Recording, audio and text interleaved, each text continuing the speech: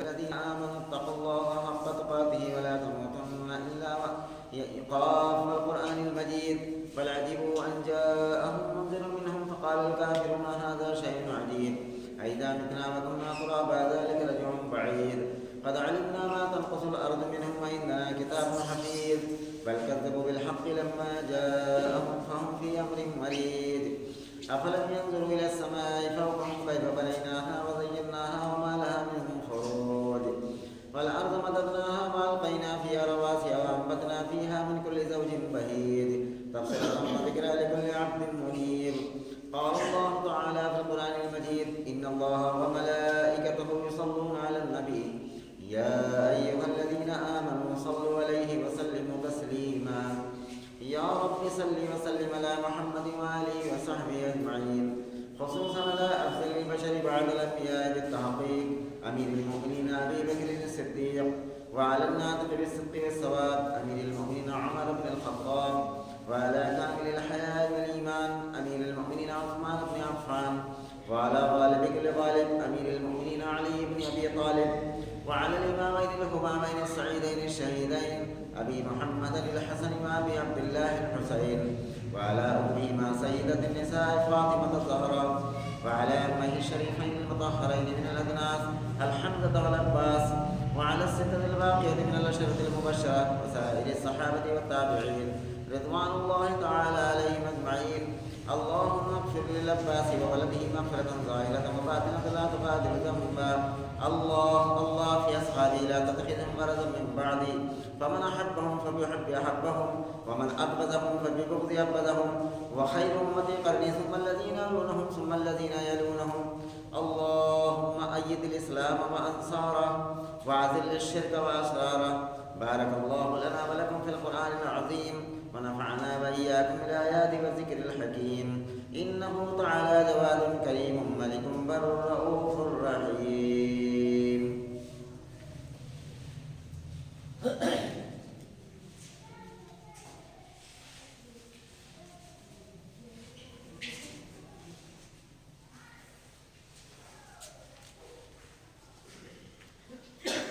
من الحمد لله نحمده ونستعينه ونستغفره ونعوذ بالله من شرور أنفسنا ومن سيئات أعمالنا من يهده الله فلا مضل له ومن يضلل فلا هادي له وأشهد أن لا إله إلا الله وحده لا شريك له وأشهد أن محمدا عبده ورسوله أما بعد قال الله تعالى في موازين آخر يا أيها الذين آمنوا قوا أنفسكم وأهليكم نارا وقودها الناس والحجارة عليها ملائكة غلاظ شداد لا يعصون الله ما أمرهم ويفعلون ما يؤمرون ہر قسم کی حمد و ثنا تعریف و توصیف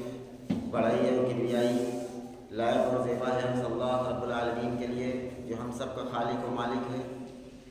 جو جس کی حکومت ہم سب کی ایک ایک سانسوں پر ہے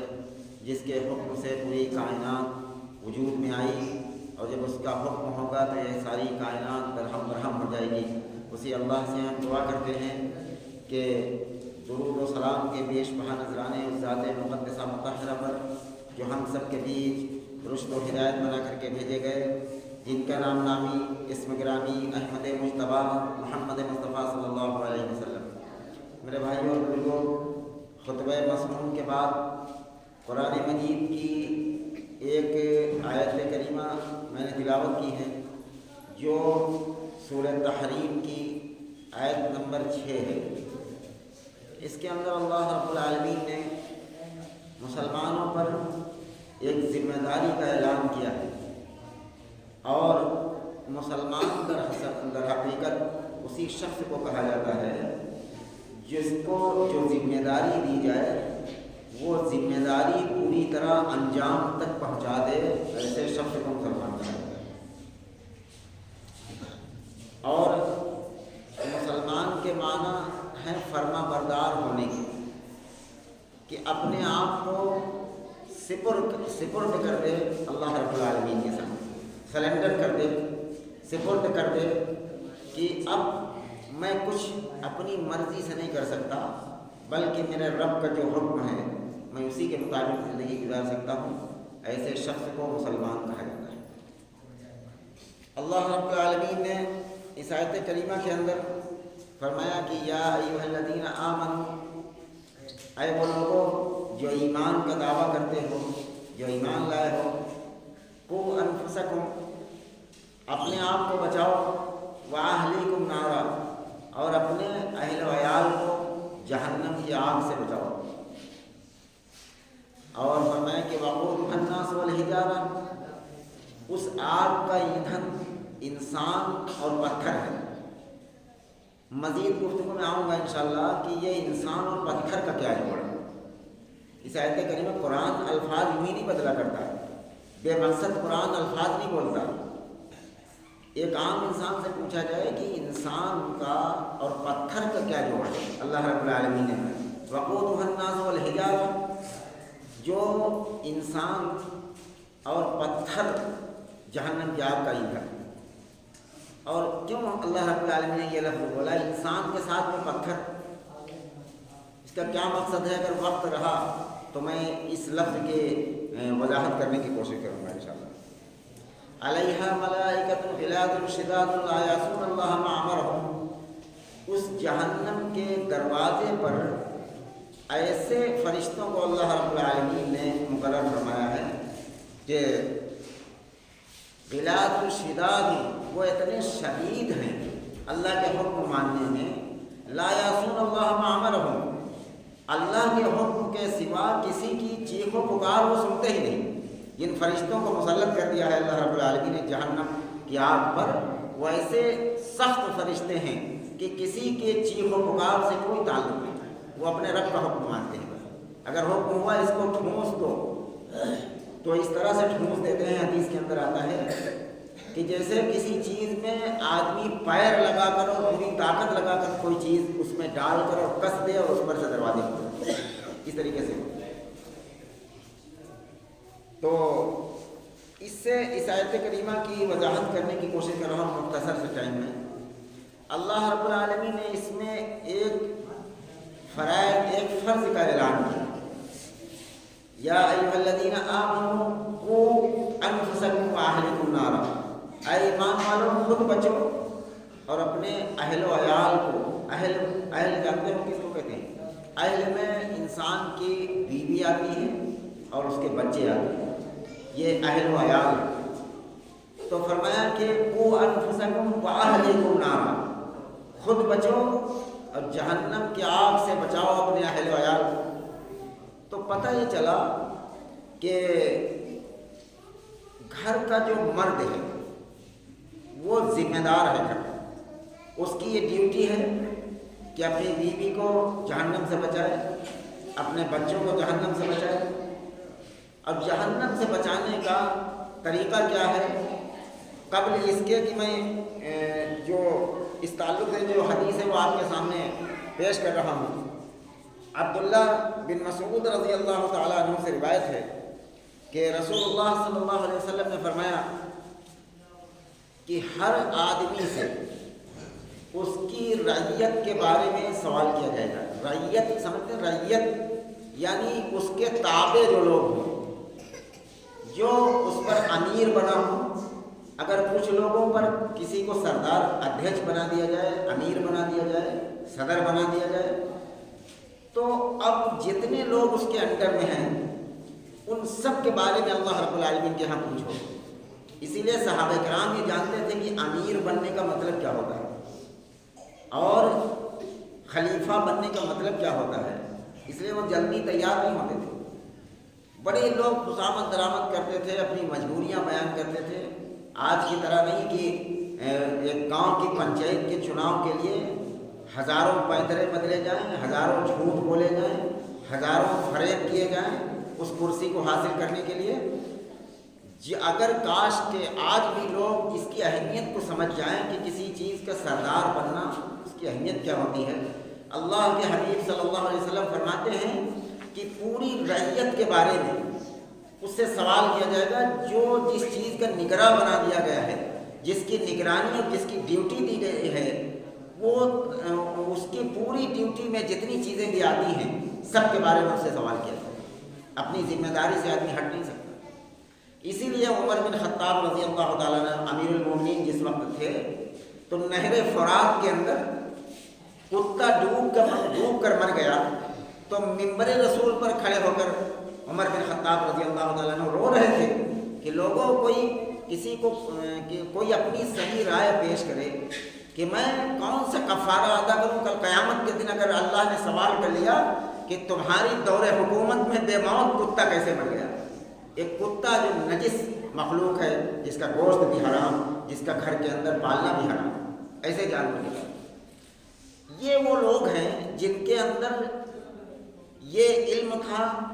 اور ان کی یہ جو ہے فقاہت تھی ان کے اندر کہ کسی چیز کا ذمہ دار بننا کتنی اہمیت کا حامل ہوتا ہے. اسی طریقے سے اور فرمایا کہ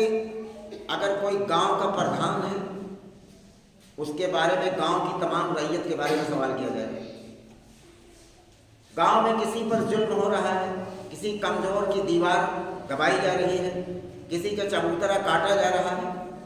یہ کوئی دنیاوی کام نہیں ہے، اس کا تعلق محمد رسول اللہ صلی اللہ علیہ وسلم کی لائی ہوئی شریعت سے.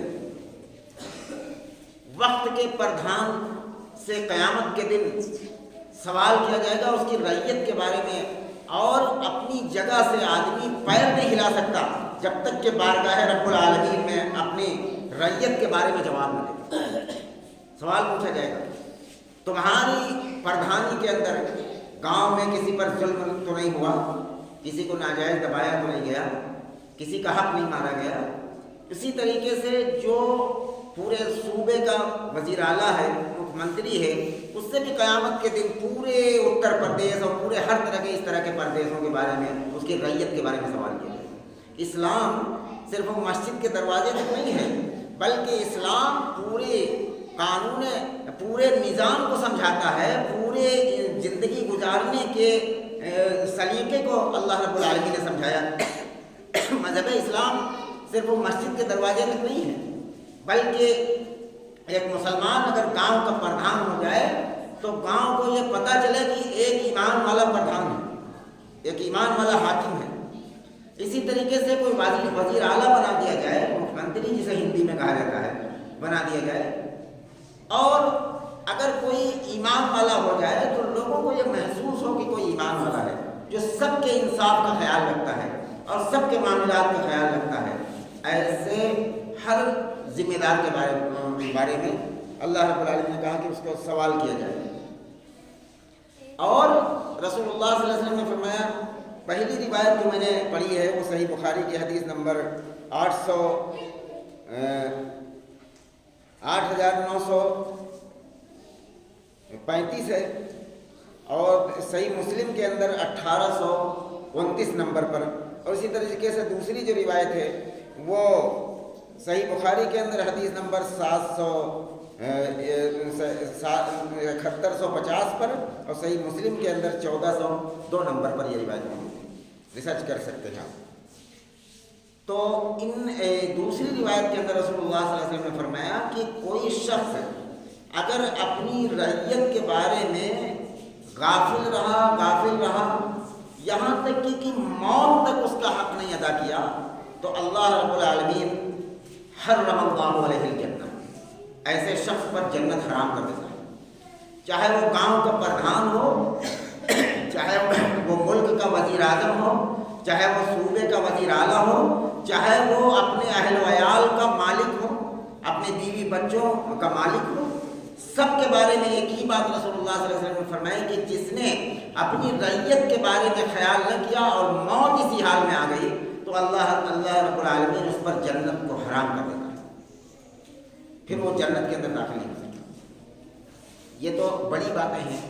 وزیر اعلیٰ بننا، وزیر اعظم بننا. آئیے ہم جس زندگی سے گزر رہے ہیں اس پر تبصرہ کرنے کی کوشش کر رہے ہیں.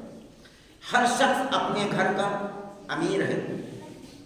اور ہر شخص اللہ رب العالمین نے اس آیت کریمہ کے اندر فرمایا کہ اے ایمان والو قوا انفسکم واہلیکم نارا، خود بچو اور اپنے اہل و عیال کو جہنم کے عذاب سے بچاؤ جس کا ایندھن انسان اور پتھر ہے، وقودہ الناس والحجارہ. اب کوئی شخص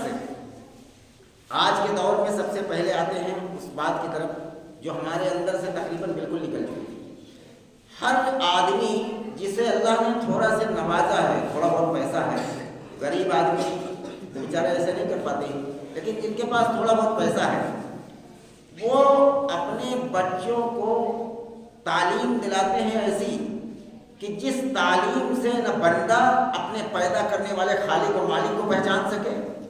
نہ اس تعلیم سے اپنے رہنما اور راہبر جناب محمد رسول اللہ صلی اللہ علیہ وسلم کو پہچان سکے۔ یہ رعیت میں انصاف نہیں کر رہا ہے کہ اپنے بچوں کے ساتھ انصاف نہیں کیا جا رہا۔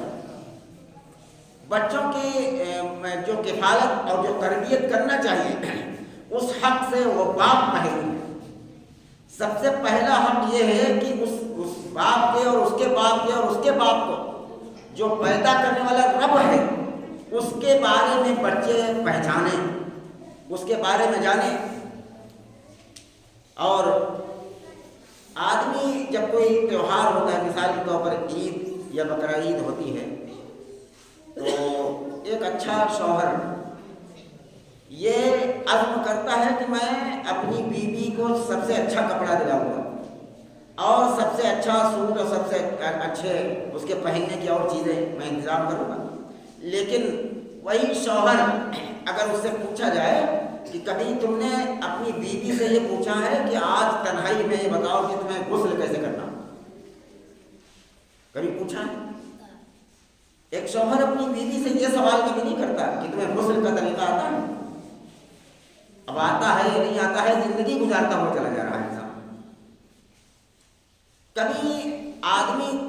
جو ہے بہت ساری باتیں کرنے کے بعد کبھی اپنی بیوی سے یہ سوال نہیں کرتا ہے کہ تم التحیات پڑھ کے سناؤ، تمہیں صحیح یاد ہے؟ سورہ فاتحہ پڑھ کے سناؤ جو نماز کی روح جان ہے، اس کے بغیر نماز نہیں ہوتی۔ سورہ فاتحہ پڑھ کر سناؤ، اس کے الفاظ صحیح ہیں یا نہیں صحیح ہیں، اس کو پڑھ کر سنا جائے۔ اسی طریقے سے بچوں کا معاملہ یہ ہے کہ بچوں سے آج ہمارے گھر کے بچوں کا حال کیا ہے آپ دیکھتے ہیں۔ اگر پچھلے سال کا کرکٹ میچ کا ریکارڈ پوچھا جائے ایک 8-10 سال کے بچے سے تو بڑی آسانی سے بتا دے گا، شتک کس نے پورا کیا تھا اور یہ تمام چیزیں بہت آسانی سے بتا دے گا۔ اسی بچے سے اگر کلمے کے الفاظ پوچھے جائیں تو کلمے کے الفاظ اس کی زبان پر صحیح نہیں ہے، یہ کسی اور کی ذمہ داری نہیں ہے، یہ مدرسے کے مدرسین کی صرف ذمہ داری نہیں ہے، بلکہ ماں باپ کی ذمہ داری ہے، جو اس رعیت کا مالک ہے باپ، اس کی یہ ذمہ داری ہے۔ کیوں بچے کو وہ چیزیں نہیں سنائی گئی گھر کے اندر، اس کا تذکرہ کیوں نہیں کیا گیا گھروں کے اندر، صحابہ کرام کی عظمت کو کیوں نہیں گھروں کے اندر تذکرہ کیا گیا؟ ارے آدمی نہیں بیان کر سکتا تو کوئی حدیث کی کتاب لے لے گھر کے اندر پڑھے تاکہ ہمارے بچے دین کے بارے میں تو کچھ جانیں۔ اب دیکھیے نہ جاننے کا نتیجہ یہ ہے کہ بچوں کو تعلیم سے اتنا دور رکھا گیا کہ وہ بچے جو چھوٹی چھوٹی قرآن مجید کی صورتیں یاد رکھتے ہیں، یاد ہیں، لیکن اب اس کے معنی و مفہوم کو کون سمجھائے؟ قرآن تو گھر کی الماری کے سب سے اوپر خانے میں کھڑا ہوتا ہے اور اس کا ترجمہ، اس کا معنی پڑھنے کی توفیق نہیں ہوتی۔ نتیجہ یہ پہنچا کہ حالات اتنے خراب ہوئے کہ وہی جو گھر کے بچوں کو ہمارے یاد ہیں وہ صورتیں، ان کے معنی مفہوم کو بھی نہیں سمجھتا آدمی۔ اگر سمجھتا ہوتا تو یہ کالا بازاری نہ ہوتی، یہ گھوٹالا نہ ہوتا، یہ سیدھے سادے انسان کو بیوقوف بنا کر لوگ پیسہ نہ کما رہے ہوتے۔ ایک چھوٹی سی صورت میں من شر النفاثات فی العقد، اب اگر کوئی آدمی اس مسجد سے اٹھے، مسجد کے اندر اللہ کی کتاب دیکھیے، میں اللہ کی کتاب پر ہاتھ رکھ کر اس بات کو کہہ رہا ہوں، پوری دنیا کے اندر چلے جاؤ، اس کا معنی یہی ہے کہ میں پناہ چاہتا ہوں تاکہ پر پھونک مار کے گرا چڑھا، اس میں کنڈا ہے نہیں۔ اب یہ اگر آدمی کو پتا ہو کہ قرآن کے اندر اس کو حرام کیا گیا ہے، جو ہمارے گھر کے بچوں کو یاد ہے، قل اعوذ برب الفلق، قل اعوذ برب الناس یاد ہے، اب اس کے اندر اللہ رب العالمین نے فرمایا کہ من شر النفاثات فی العقد، میں پناہ چاہتا ہوں اسے جو تاگے پر پھونک مار کر گرانے۔ اب یہ گنڈے بنانے والے کوئی انگوٹھا ٹیک نہیں ہوتے، گنڈے بنانے والے بھی داڑھی والے ہوتے ہیں، ٹوپی والے ہوتے ہیں، نماز والے ہوتے ہیں، نماز بھی پڑھتے ہیں۔ لیکن کل قیامت کے دن ان کا کہاں حشر ہونے والا ہے کہ کوئی شخص اگر اس طرح کا دھاگا پہن لے اور اس سے نفع نقصان کی امید رکھے کہ بس یہی چیز ہم کو بلاؤں سے بچا لے گا اور یہی چیز جو ہے سے ہم تمام نقصانات سے بچ جائیں گے، اگر اس طرح کا عقیدہ رکھ کر مرا ہے، نسائی شریف کے اندر کتاب الایمان کے اندر حدیث موجود ہے کہ رسول اللہ صلی اللہ علیہ وسلم نے فرمایا کہ جو شخص کسی دھاگے پر بھروسہ کر لیتا ہے تو اللہ رب العالمین اسی کے حوالے کر دیتا ہے، پھر چاہے کتنی دعائیں مانگی جائیں، کتنا رویا اور گڑ گڑایا جائے اللہ رب العالمین کے سامنے، اللہ رب العالمین اس کی دعا کو قبول نہیں کرتا، اس لیے کہ تم نے رب کی ذات کو چھوڑا اور تم نے بھروسہ کیا اس دھاگے پر، اللہ رب العالمین ایسے شخص کی دعا نہیں قبول کرتا۔ اسی طریقے سے لوگ قرآن کو نہیں جانتے، دین کی تعلیمات کو نہیں جانتے، اس لیے سیدھے سادے مسلمانوں کو لٹیرے لوٹ رہے ہیں۔ اور لٹیرے میں نے کیوں کہا، وہ لٹیرے چاہے کسی مسجد کے محتمم ہوں، وہ لٹیرے چاہے کسی مسجد کے امام ہوں، وہ لٹیرے چاہے حافظ قرآن ہوں، وہ لٹیرے چاہے عالم دین ہوں، وہ لٹیرے چاہے مفکر دین ہوں، وہ لٹیرے چاہے فخر الاسلام ہوں، سب کے سب لٹیرے ہیں جو بے وجہ قوم کے پیسے کو ناجائز طور پر کھائے اور بیوقوف اور جھوٹ بول کر ان کو پھنسایا جاتا ہے کہ اس سے ہو جائے گا، اس سے یہ ہو جائے گا، فلاں ہو جائے گا، کچھ نہیں ہوگا۔ رسول اللہ صلی اللہ علیہ وسلم نے جن تعبیروں کو بیان فرمایا ہے وہ تعبیر آدمی نہیں استعمال کرتا۔ رسول اللہ صلی اللہ علیہ وسلم نے فرمایا کہ اما عائشہ رضی اللہ عنہا روایت کرتے ہیں، صحیح مسلم کی روایت ہے کہ رسول اللہ صلی اللہ علیہ وسلم ہر فرض نماز کے بعد قل اعوذ برب الفلق اور قل اعوذ برب الناس، یہ معوذتین ان صورتوں کو کہا جاتا ہے عربی زبان کے اندر، یہ پناہ جو ہے اللہ کی پناہ کو مانگنے والی یہ صورت ہے۔ تو ان صورتوں کو پڑھ کر اللہ کے نبی اپنے ہاتھوں پر تھپتھپاتے تھے اور پورے بدن پر پھیرتے تھے، اور رسول اللہ صلی اللہ علیہ وسلم فرماتے تھے کہ اس سے تمام روحانی اور جسمانی بیماریاں ختم ہو جاتی ہیں۔ اور اما عائشہ فرماتی ہیں کہ اگر فرض نماز کے بعد ایسا نہیں کرتے تھے، کوئی کام اور ہوتا تھا، رسول اللہ صلی اللہ علیہ وسلم پوری امت کو دیکھنا تھا، بہت سارے کام ہر فرض نماز کے بعد نہیں کرتے تھے ایسا، لیکن سونے کے ٹائم جب بستر پر پہنچتے تو رسول اللہ صلی اللہ علیہ وسلم یہ عمل ضرور کرتے۔ یہ عمل جن لوگوں نے شروع کیا ہے الحمدللہ انہیں کسی تعبیر و گنڈے کی ضرورت آج تک نہیں ہے۔ آپ آزما کر دیکھیے اس کو کہ اس سے فائدے ہوتے یا نہیں ہوتے۔ پورے بدن پر پھر یہ 3 مرتبہ ایسا رسول اللہ صلی اللہ علیہ وسلم ثابت ہے کہ پورے بدن پر 3 مرتبہ پھیرے۔ تو میں عرض کر رہا تھا، ذرا سے میرا ٹاپک بدل گیا بات کہتے کہتے، میں اس موضوع پر تھا کہ اولاد کی تربیت یہ باپ کے ذمے ایک فریضہ ہے، معاف نہیں ہو سکتا، آدمی اب پکڑ سے بچ نہیں سکتا، اس لیے کہ یہ ذمہ داری دے کر اسے بھیجا گیا۔ یا ایھا الذین آمنوا قوا انفسکم واہلیکم نارا وقودھا الناس والحجارہ علیہا ملائکۃ غلاظ شداد لا یعصون اللہ ما امرہم، کہ اے ایمان والو خود بچو اور اپنے اہل و عیال کو جہنم کی آگ سے بچاؤ۔ اب آئیے ہم لوگ اپنے اوپر لے کر اس آیت کریمہ کو دیکھتے ہیں کہ کسی کا بیٹا کام کرنے کے لائق ہو گیا، ماں باپ کو فکر ہوتی ہے کہ بچہ کسی ہنر پر بٹھایا جائے، کوئی کام پر بٹھایا جائے تاکہ آگے چل کے اچھی زندگی گزرے، اچھا گھر بنا لے، اچھی گاڑی لے لے، اچھے کپڑے پہنے، تاکہ ہمارا بچہ کامیاب زندگی گزار سکے۔ لیکن وہی بچہ اگر یہ کامیاب زندگی گزار کر، اچھا مکان بنوا کر، اچھی گاڑیاں لے کر اور اچھے کپڑے پہن کر، اچھا کھانا کھا کر اور اس دنیا سے چلا گیا تو آخرت تو تباہ و برباد ہوگی۔ باپ کے ذمہ یہ فرض ہے کہ سب سے پہلے اپنے بچوں کا یہ دھیان کرے کہ میرا بچہ بے نمازی تو نہیں ہوا جا رہا، یا نماز تو نہیں ترک کر رہا۔ ایک چھوٹا سا بچہ جھوٹ بول دے تو کبھی کبھی ماں باپ اس پر خوش ہو جاتے ہیں، اس سے بڑی لعنت اور کون ہو سکتی ہے؟ اگر پہلی مرتبہ بچے کو ٹوکا نہ گیا اور تحقیق نہ کی گئی، کوئی بات کہے تو اس کی تصدیق کی جائے، اگر وہ جھوٹ نکل آئے تو اس کو سزا دیا جائے کہ تم نے یہ بات فلاں دن جھوٹ بولے تھے، اور یہ جھوٹ تم نے کہاں سے سیکھا ہے، جھوٹ کیسے آ گیا؟ تو یہ ہے جہنم سے بچانے کا طریقہ، ہر برائی سے روکا جائے اور ہر بھلائی کا حکم کیا جائے۔ وہی بیوی اگر ٹائم پر کھانا پکا کر نہ دے تو یہاں تک کہ غصے کا عالم یہ ہوتا ہے کہ یہ آدمی طلاق کہہ دے، مار پیٹ کرے اور طلاق کہہ دے، لیکن وہی بیوی فرض نماز ترک کر دیتی ہے اور شوہر کے کام پر جو نہیں رہتا۔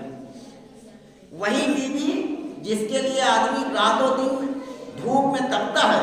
اور کام کرتا ہے کہ میری بیوی اچھا پہنے اچھا کھائے، میرے بچے اچھا کھائیں پہنے، لیکن ان کے بارے میں یہ نہیں فکر کرتا کہ میری بیوی کو غسل کا طریقہ معلوم ہے یا نہیں معلوم ہے، اتحیات معلوم ہے یا نہیں معلوم ہے، سورہ فاتحہ صحیح لفظوں میں پڑھ لیتی ہے نہیں پڑھ لیتی ہے، وضو کرنے میں کوئی غلطی تو نہیں کرتی ہے۔ یہ ایک گھر کے آدمی کی ذمہ داری ہے۔ اور میں نے وہ حدیث پڑھی صحیح بخاری کی حدیث نمبر 7150 کہ اس کے اندر اللہ رب العالمین نے فرمایا، اللہ کے حبیب صلی اللہ علیہ وسلم فرماتے ہیں کہ کوئی شخص اگر کسی کا نگراں بنایا گیا اور وہ اپنی ذمہ داری نہیں نبھاتا اور یہی حتیٰ کہ یہاں تک کہ اسی حال میں مر گیا اور اس نے اپنی بیوی سے سوال نہیں کیا کہ تمہارا اللہ کے بارے میں عقیدہ کیا ہے، محمد رسول اللہ کے بارے میں عقیدہ کیا ہے، اپنے بچوں کا جو ہے جائزہ نہیں لیا کہ میرے بچے جھوٹے بنتے ہوئے چلے جا رہے ہیں، جواری بنتے ہوئے چلے جا رہے ہیں، شرابی بنتے ہوئے چلے جا رہے ہیں، بے نمازی بنتے ہوئے چلے جا رہے ہیں، اور ایک باپ فکر نہیں کرتا، تو اللہ کے حبیب صلی اللہ علیہ وسلم فرماتے ہیں کہ ایسے شخص پر جنت کو حرام کر دیا جائے گا۔ پھر وہ جنت، یہ باپ کی ذمہ داری ہے کہ سب سے پہلے اپنے بچوں کو وہ تعلیم دلائی جائے جس سے وہ اپنے خالق و مالک کو پہچان لے، اللہ رب العالمین کو پہچان لے، اور اس کے بعد اپنے رہنما اور راہبر جس کے پیچھے چلنا ہے وہ ذات ہے محمد رسول اللہ صلی اللہ علیہ وسلم کی، اس ہستی کو پہچانے۔ یہی وجہ ہے کہ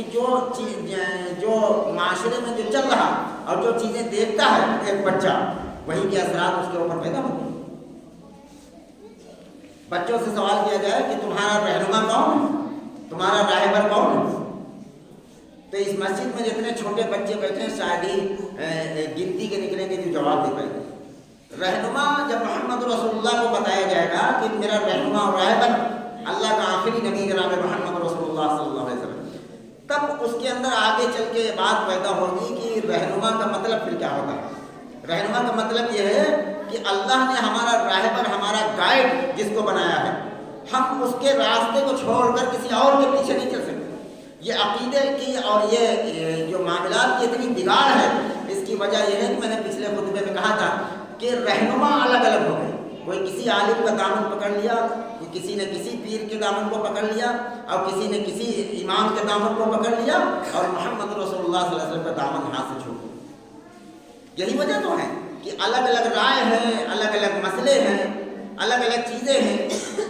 مختلف خیالات ہیں انسان کے، اور ایک کلمہ، ایک اللہ، ایک قرآن، اس کے باوجود مسلمان ایک صف میں نہیں کھڑا ہوگا۔ یہی وجہ ہے کہ جو اصل تعلیم تھی وہ تعلیم ہمارے اندر سے نکل گئی۔ مثال کے طور پر آپ یہ سمجھیں، آپ نے دیکھا ہوگا کہ ایک فٹ بال ہوتا ہے جس کے اندر ہوا ہوتی ہے، اگر اس کو جتنی طاقت سے زمین پر مارا جائے، جتنی طاقت سے زمین پر مارا جائے، اتنی بلندی پر وہ پہنچتا ہے۔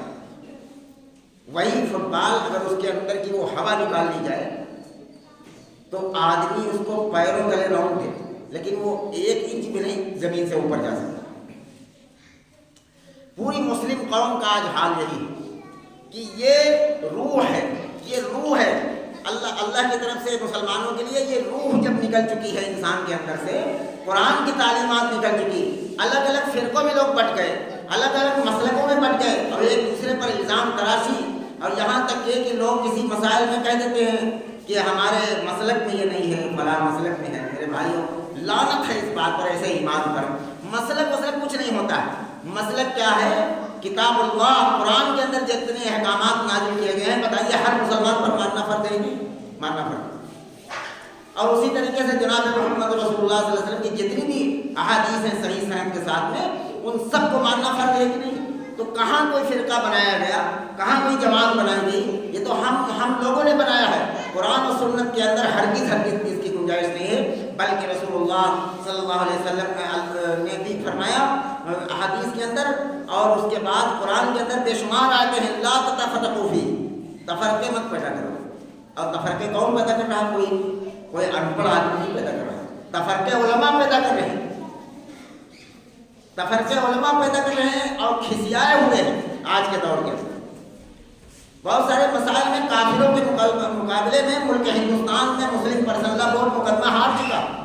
اس لیے کہ دلیلیں مسلکوں کی بنیاد پر تھی۔ دلیلیں قرآن و سنت کی بنیاد پر نہیں تھی. ابھی پچھلے سال ہوگا سپریم کورٹ میں عورتوں سے مقدمہ اتنا بڑا مسلم پرسنل لا بورڈ ہار گیا، اپیل دے کی اپیل ہار گیا. اس کی وجہ تھی کہ جو دلیل دے رہے تھے وہ دلیل مسلکوں اور اماموں کی بنیاد پر تھی، اور غیر مسلم یہ سمجھتا ہے کہ ان کا مذہبی جو کتاب ہے، دھرم گرنتھ ہے، وہ قرآن ہے. قرآن سے جب دلیل پیش کی جائے گی تب غیر مسلم مانے گا، غیر مسلم عالموں کی کتابوں کو نہیں مانے گا. غیر مسلم یہاں کافروں کی عدالت ہے، یہاں تم اگر کسی اور چیز کی دلیل پیش کرو گے تو کہے گا تم کیسے مسلمان ہو. قرآن تمہارا دھرم گرنتھ ہے، تم نے اس سے کیوں نہیں دلیل پیش کی؟ یہی وجہ ہے کہ مقدمہ ہار گیا. پورا مسلم پرسنل لا بورڈ بڑے بڑے علماء لگے رہے لیکن اس مقدمے کو کوئی جتا نہیں سکتا. یہ لعنت ہے کہ کافروں کی عدالت میں جا کر اتنا بڑا نام نہاد بورڈ بنا ہوا مسلم پرسنل لا بورڈ، لا کے معنی ہوتے ہیں مسلم قانون جو ہے اس کی حفاظت کرنے والے لوگ، اس کی حفاظت خواہ کریں گے. انہوں نے خود قرآن و سنت کے خلاف دلیل پیش کی، اس لیے مسلم پرسنل لا بورڈ مقدمہ ہار گیا. اللہ رب العالمین ہم سب کو اپنے بیوی بچوں کی صحیح تربیت کرنے کی اور صحیح علم پہنچانے کی اللہ رب العالمین توفیق عطا فرمائے. یا رب العالمین تمام باطل رہنما اور راہبروں سے اللہ ہم سب کی اور ہمارے گھر والوں کو اور پوری امت کی حفاظت فرما. ہمارا جو اصل رہنما اور راہبر ہے جناب محمد رسول اللہ صلی اللہ علیہ وسلم، اللہ پورے تمام مسلمانوں کو اسی کے پیچھے چلنے کی توفیق نصیب فرما، اپنے نبی کے پیچھے چلنے کی توفیق نصیب فرما. شیطان کے فریب سے پوری امت کی حفاظت فرما، لوگوں کے فریب سے پوری امت کی حفاظت فرما. یا رب العالمین پوری امت کے اندر اتفاق اتحاد پیدا فرما دیجیے، اتفاق و اتحاد پیدا فرما دیجیے. یا رب العالمین پوری امت کو اللہ بکھرنے سے بچا لیجیے. اللہ سب کو ایک کلمے، جس طریقے سے کلمہ ایک ہے پوری دنیا کے اندر، جس طریقے سے قرآن ایک ہے، اللہ اسی طریقے سے مسلمانوں کو ایک صف میں کھڑا کر ہونے کی توفیق نصیب فرما. یا رب العالمین ہم سب کے جائز ضروریاتوں کو، جائز تمناؤں کو پوری فرما دیجیے. اے دلوں کی دھڑکنوں کو سننے والے، اے ہمارے رب ہم سب کی جائز تمناؤں کو پوری فرما دیجیے، جائز مرادوں کو پوری فرما دیجیے، اپنے کرم سے قبول فرما لیجیے. وصلی اللہ وسلم. عباد اللہ رحمكم اللہ، ان اللہ یأمر بالعدل والإحسان وإيتاء ذي القربى وينهى عن الفحشاء والمنکر والبغي یعظکم لعلکم تذکرون. اذکروا اللہ العلی